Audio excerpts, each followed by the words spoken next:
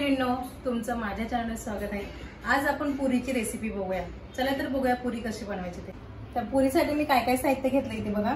हे गव्हाचं पीठ घेतलंय आणि इथे वाटी भरून मैदा घेतलाय। एकदम छोटी वाटी आहे, जास्त मैदा नाही वापरायचा, फक्त आपल्याला गव्हाच्याच करायच्या।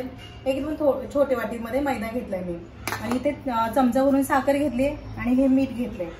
तर हा मैदा आहे ना मी याच्यातच ओतून घेते आणि काय करायचं आपल्याला, जे साखर आणि मीठ आहे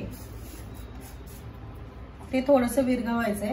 ते साखर थोडी मेल्ट झाली पाहिजे आपल्याला। तर इथे मी पाणी टाकले आणि थोडं वेळ विरघळून घेऊया याला आपण।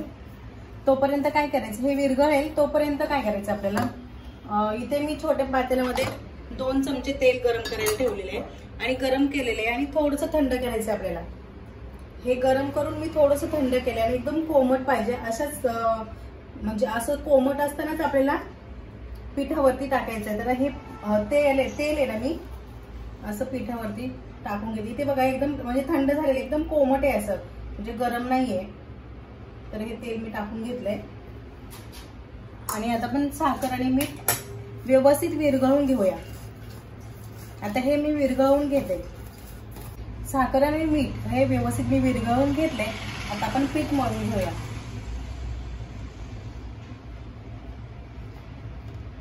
हे तेल मी व्यवस्थित असं लावून घेते त्याला।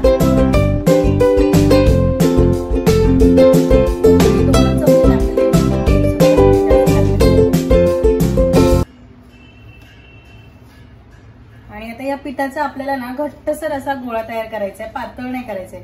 आपण असं घट्ट मळून घेऊया। थोडं थोडं पाणी टाकायचं, एकदम पाणी टाकायचं नाहीये। तर आता मी याचा ना घट्टसर गोळा तयार करून घेते।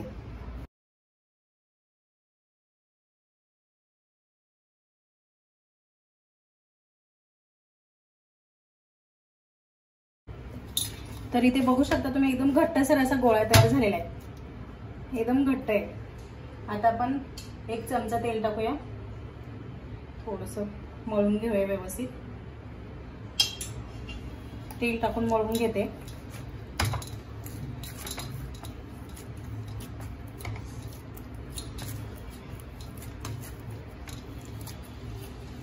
तर इथे बघा पिठाचा गोळा आपला मळून चांगला व्यवस्थित असं झालेला आहे। तर आता आपण लाटायला घेऊया।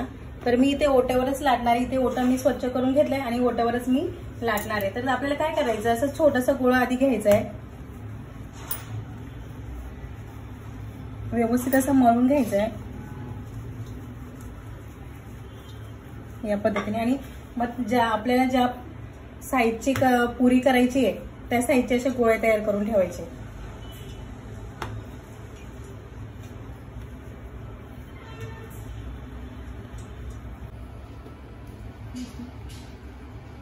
तर अशा पद्धतीचे आधी गोळे तयार करून घ्यायचे आणि मग आपल्याला लाटायचंय। तर आता मी काय करते, हा एक गोळा घेऊन तुम्हाला लाटून दाखवते। परत आपल्याला थोडंसं मळून घ्यायचंय व्यवस्थित असं प्रेस करून पिठामध्ये।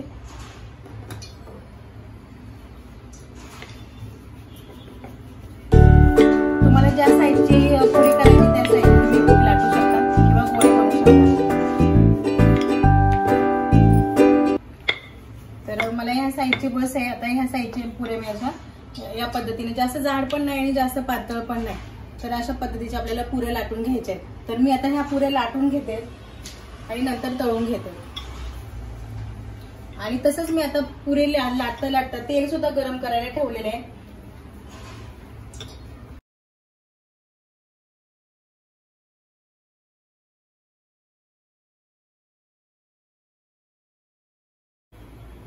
तर इथे बघा मी पुऱ्या अशा लाटून घेतलेल्या आहेत। आता आपण तळून घेऊया।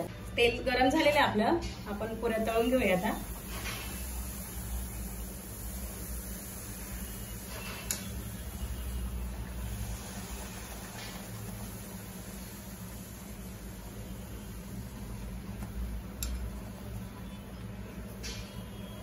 पुरी अशी लालसर मस्त फ्राय करून घ्यायची आहे। कोणाकोणाला सफेद पण आवडतात, पण आम्हाला अशा लालसरच झालेल्या पुऱ्या आवडतात। तर मी अशा लालसर तळून घेते पुऱ्या। मी दुसरी तळून घेते।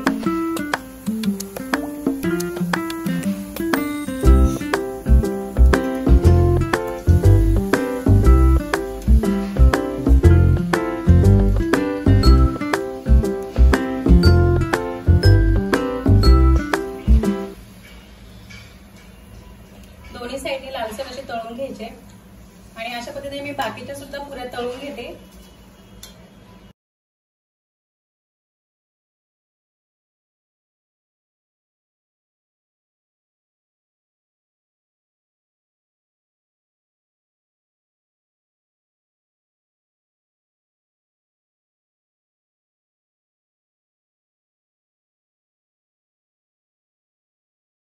तर बघा तळून आपल्या पुऱ्या मस्तपैकी तयार झाल्या आहेत आणि नेहमीपेक्षा ह्या वेगळ्या अशा पुऱ्या आहेत। तर तुम्ही बघू शकता एकदम सॉफ्ट, दिसायला सुद्धा एकदम सॉफ्ट अशा पुऱ्या आहेत। ह्या तुम्ही श्रीखंड किंवा आमरस बरोबर सोबत खाऊ शकता। आणि तुम्हाला मी तोडून दाखवते, ही पुरी म्हणजे अशी एकदम सॉफ्ट झालेली आहे, एकदम सॉफ्ट आहे अशी। तर नेहमीपेक्षा आपल्या ह्या वेगळ्या पुऱ्या आहेत। तर तुम्ही अशा पद्धतीच्या पुऱ्या नक्की करून बघा। व्हिडिओ आवडला असेल लाईक करा, शेअर करा आणि सबस्क्राईब करायला विसरू नका। Thank you, bye.